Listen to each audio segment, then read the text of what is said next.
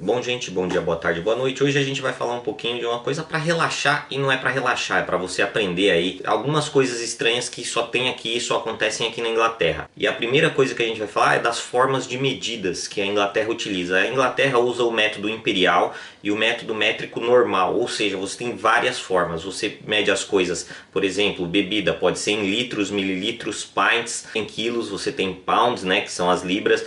Você tem várias formas de medir tudo, por exemplo, o combustível, tanto pode ser em litros como pode ser em galão, e aí você tem que ir medindo. E o galão daqui, lembrando que o galão da Inglaterra é diferente do galão que você encontra lá nos Estados Unidos, a medida é totalmente diferente. Só que, por exemplo, alguns postos de gasolina eles colocam por litro e outros colocam por galão. E isso você vê no dia a dia, você encontra várias formas. Muitos, pelo menos a galera que trabalha comigo, eles usam muito, né? Por exemplo, pés para medida, yards, né? Quando você coloca o carro aqui no seu GPS, o seu carro vai falar 250 yards. Você já fala quanto que é isso, tá ligado? Porque eu tava medindo em milhas, agora já tá em yards. É um negócio de louco. O nosso sistema de metragem, de métrica geral, né, tanto de peso e tudo mais, é muito mais fácil do que o que tem aqui na Inglaterra. Eles aprendem na escola aqui todos os esquemas métricos praticamente, né? Então você tem que medir tudo isso. Acres também, cara. A gente tem isso principalmente na parte agrícola do Brasil, mas aqui o negócio é muito complexo no dia a dia, assim. Você como que mede isso? É muito bom para aprendizado, para conhecimento, para utilização. Quando você se pega o hábito de usar isso no dia a dia, ok, mas enquanto não, pra gente fica muito complicado. Eu ouço coisa, é a pronúncia, principalmente em nomes de lugares. Às vezes eles põem o I com som de I, que é na pronúncia do alfabeto deles, né?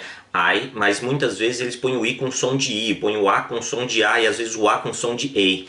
Então a gente tem que se pegar muito nessas questões de pronúncia, principalmente quem aprendeu inglês americano, que tem uma pronúncia totalmente diferente. Eu vou colocar aqui algumas palavras que eles pronunciam diferente. Por exemplo, os nomes das cidades. Eu vou colocar aqui, mas nem vou me arriscar a falar esses nomes porque é erro na certa, cara. Principalmente a gente que vem de fora. Porque não parece nada a forma que eles falam com o que significa. Por exemplo, vitamins, que em inglês americano é vitamins, que é vitamina. Aqui eles falam vitamin, ou seja, é mais próximo da nossa. Pra gente fica mais fácil, mas quem aprendeu inglês americano fica mais difícil. Por exemplo, privacy, de privacidade, aqui é privacy. Ou seja, é diferente a forma que você pronuncia, né? Privacy and privacy. Mas é a mesma coisa e escreve do mesmo jeito. No nosso a gente não utiliza, né, garage para eles, a gente usa garagem como garagem, eles usam garagem como mecânica.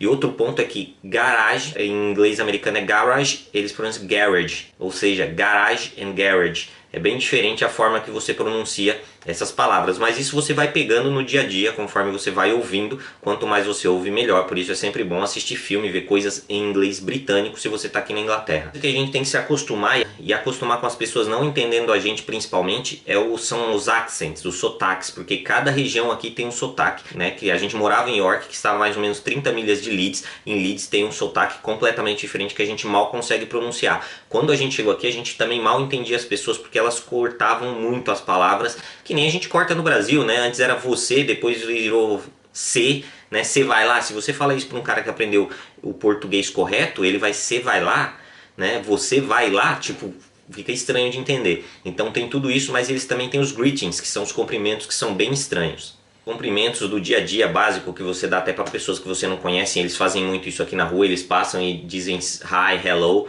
né? Mas eles também usam muito how are you, que não é tão comum você perguntar para uma pessoa que você não conhece como você está, né?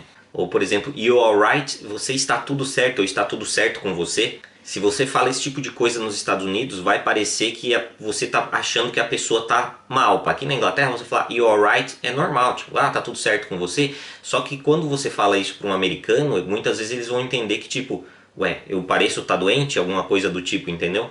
Alright aqui tem muito mais o sentido de how are you, como você tá. Então quer dizer, é muito normal. Depois que você começa a utilizar, pra gente que é estrangeiro, totalmente estrangeiro, não soa tão mal. Mas pros americanos eles sentem um pouco e alguns colegas meus comentavam isso comigo. Uma coisa estranha é que eles aqui mantêm leis muito antigas que hoje praticamente não usam ou não fazem sentido nenhum, mas eles continuam mantendo essas leis e elas existem. Ou seja, por exemplo, você é proibido de usar armadura dentro do parlamento. Quem vai usar uma armadura dentro do parlamento? Tudo bem que lá nos Estados Unidos entrou o louco lá vestido de, sei lá, de medieval, de Thor com a pele e sem camisa, assim, um bagulho de louco esse começo de ano. Mas, infelizmente, é um negócio que acho difícil de acontecer, né? Você não pode usar armadura lá dentro. Uma vez que você está dentro do parlamento, tem uma lei que você é proibido de morrer, mas quem vai garantir que você vai morrer ou não lá dentro? Se algum dos parlamentares passar mal, tiver um mal súbito, ele vai pro saco de qualquer jeito, lá dentro ou fora.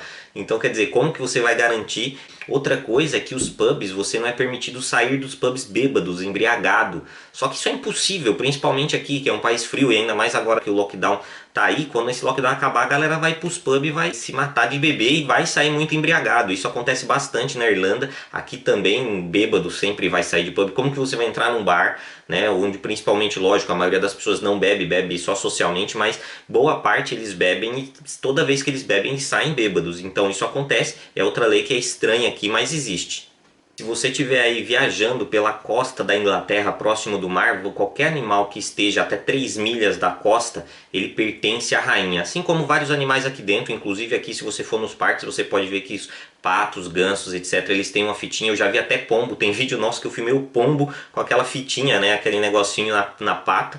E os animais que estão na costa, até 3 milhas dentro do oceano, eles fazem parte da posse da rainha, entre aspas, né? Que não é, mas é do governo em si. Outra coisa que é estranha, que eu acho que várias pessoas comentam aqui, é a questão de ter duas torneiras, uma quente e uma fria. Isso aí é um problema, no meu trabalho ainda tem. Os prédios novos já não são mais assim, o meu já não é, a minha casa não é assim, mas as casas mais antigas têm duas torneiras, ou seja, se abre uma quente e outra fria. A quente ela começa a esquentar e daqui a pouco ela tá pelando. Aí você não consegue lavar sua mão na quente, você põe na fria. Então você tem que ficar ali tentando fazer isso. E as torneiras são muito curtas e próximas da pia, ou seja, sua mão praticamente não entra embaixo da água sem você encostar na pia. Então é um negócio meio estranho, mas faz parte, é o esquema antigo. Talvez as pessoas eram menores ou tinham menos espaços, então elas tentavam fazer tudo bem mais compacto. E essa questão da torneira, caso você quisesse usar uma ou a outra, porque aí as pessoas bebiam e bebem água da torneira, então usariam água gelada direto, porque quando você usa quente, você tem que deixar a água quente sair para você tomar água gelada, porque senão você vai estar tomando aquela água cálcio, aquela coisa que fica, né, aquele negócio branco que fica em volta das torneiras, ele vem da água quente. Então você tem que deixar a água quente sair para você tomar. Vários lugares aqui você pode tomar normalmente a água da torneira, não tem problema nenhum. A galera aí fica comprando água e tudo mais, mas a maioria das vezes já foi testado e comprovado, se você procurar notícias aí, a água muitas vezes da torneira é muito mais limpa do que de qualquer outro lugar. E uma coisa que acontece aqui nos supermercados, que você vê às vezes, quando você vê na parte de padaria de pães que são feitos na hora, eles estão dentro de cestas à mostra para todo mundo, ou seja, várias pessoas vão lá, pegam, amassam o pão, testam, fora que ele está no ar livre, né? Ele está recebendo ali respiração de pessoas. Se alguém espirrar em cima do pão, você não vai saber, né? Então fica lá aqueles pães no supermercado todos abertos, e isso é meio que nojento, né? Mas faz parte, tá lá. Alguns mercados, ou pelo menos boa parte, não faz isso, mas alguns você encontra dessa forma. E aí seu desejo ou não de querer pegar esses pães que estão abertos ali, e muitas vezes são bons e parecem muito bons, que são feitos ali na hora, mas estão ao ar livre. Outra coisa que acontece bastante, ou não acontece na verdade, é não ter tomadas nos banheiros. Pra gente que tá no Brasil, que vem do Brasil pelo menos, é uma facilidade ali quando você quer fazer alguma coisa, muitas vezes barbeador, mulher usa aspirador de pó no cabelo, ó, secador de cabelo e tudo mais, não tem. E em casas antigas, outra coisa bem estranha que você encontra é carpete no banheiro. Você for procurar casas, principalmente em bairros antigos, muito baratos, ou casas ali medievais, né? Aquelas casas bem antigas vitorianas, tem carpete no banheiro, mano. Imagina, você sai molhado, pisa no carpete, o carpete fica úmido, tem o vapor do banheiro e fica aquilo ali, criando mofo por baixo e tudo mais, bactérias, e quem tem alergia, eu acho que isso é um problema. Fora que muitas vezes você entra nesse banheiro, cara, e você já pisa no molhado antes de entrar, então é meio estranho. Mas isso são as casas mais velhas, as casas mais novas não tem esse problema, né? Uma outra coisa que acontece nas casas novas, principalmente quem compra casa nova que nem a gente comprou, a maioria das casas não, eles, principalmente quando você passou de um certo tempo, né, da construção, por exemplo, se a casa já está mais de 80% e você vai comprar ela, você tem que comprar ela do jeito que ela tá praticamente. E muitos deles colocam carpete na sala, cara. Tem casa que tem carpete na sala e no fundo é o quintal de grama, ou seja, se você sai na grama, você tem que ter um tapete, você tem que ter alguma coisa para você entrar de volta dentro da sua casa. O problema é que, e se tiver chovendo? Você tem que entrar primeiro, então aí você vai ter que colocar alguma coisa para cobrir esse carpete, fora que ele está muito próximo da porta. Se tiver alguma infiltração, vai molhar o carpete logo de cara. A gente pegou essa casa um pouco antes desse período, foi uma das opções, porque a gente também escolheu essa casa, e a gente pediu para colocar piso frio na sala, porque a sala é a primeira coisa que a gente vê. Eu tenho a entrada da cozinha, só que eu teria que dar a volta na casa inteira para entrar pelos fundos, né? Porque a garagem fica na frente. Então a gente acabou escolhendo colocar esse piso, mas muita gente não tem essa opção, principalmente se você já comprou uma casa pronta que já vem assim, aí você vai ter que ter o trabalho de tirar todo o carpete e tudo mais, ou uma casa que está em construção, mas já passou dos 80%. Aí ela vai ter que, você vai ter que aceitar se ela tiver carpete na sala. A maioria tem. Algumas tem aquele hallzinho de entrada, principalmente a que tem escada direto. Aí você nesse hallzinho às vezes não tem piso, não tem carpete. Mas algumas vezes até nesse hallzinho tem, ou seja, é um hall de entrada. Você acabou de entrar, você saiu da chuva, chegou em casa, às vezes com o pé sujo, é carpete. Então tem que ter muito cuidado. São coisas que acontecem aqui, mas acho que em vários outros lugares do mundo tem coisas estranhas, né? Na Alemanha a gente até filmou em vídeo aqui o vaso sanitário, o buraco é estranho, é em outra posição, né? Ele é na frente, né? O buraco onde fica a água. Ou seja, se você faz o número 2 fica ali na parte chapada do vaso e depois ele desce. Eu vou ver se eu acho o vídeo aqui e coloco pra vocês. É bem estranho, mas tem coisas estranhas em todos os lugares do mundo. Quando a gente fala aqui da Inglaterra é porque a gente mora aqui. Mas cara, quando a gente foi pra lá que a gente viu o vaso sanitário daquele jeito, ou seja, a parte de água não tá lá atrás, tá na frente. Ou seja, você fez o número 2, ele fica ali depositado, aí quando você joga a água, ele é empurrado pra cair no buraco. Cara, é muito nojento. Mas faz parte. Esse aí foi um vídeo mais para descontrair, para a galera ter umas noções, né, sobre a questão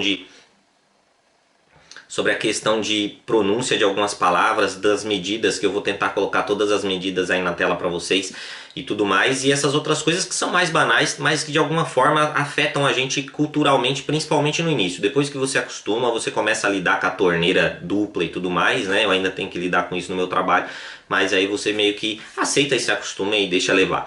Beleza? Então esse foi o vídeo, espero que vocês tenham assimilado um pouquinho da informação, descontraído um pouquinho, e a gente se vê no próximo vídeo. Deixa seu like, seus comentários, sugestão para vídeos aqui embaixo, e a gente se vê no próximo. Até mais, valeu!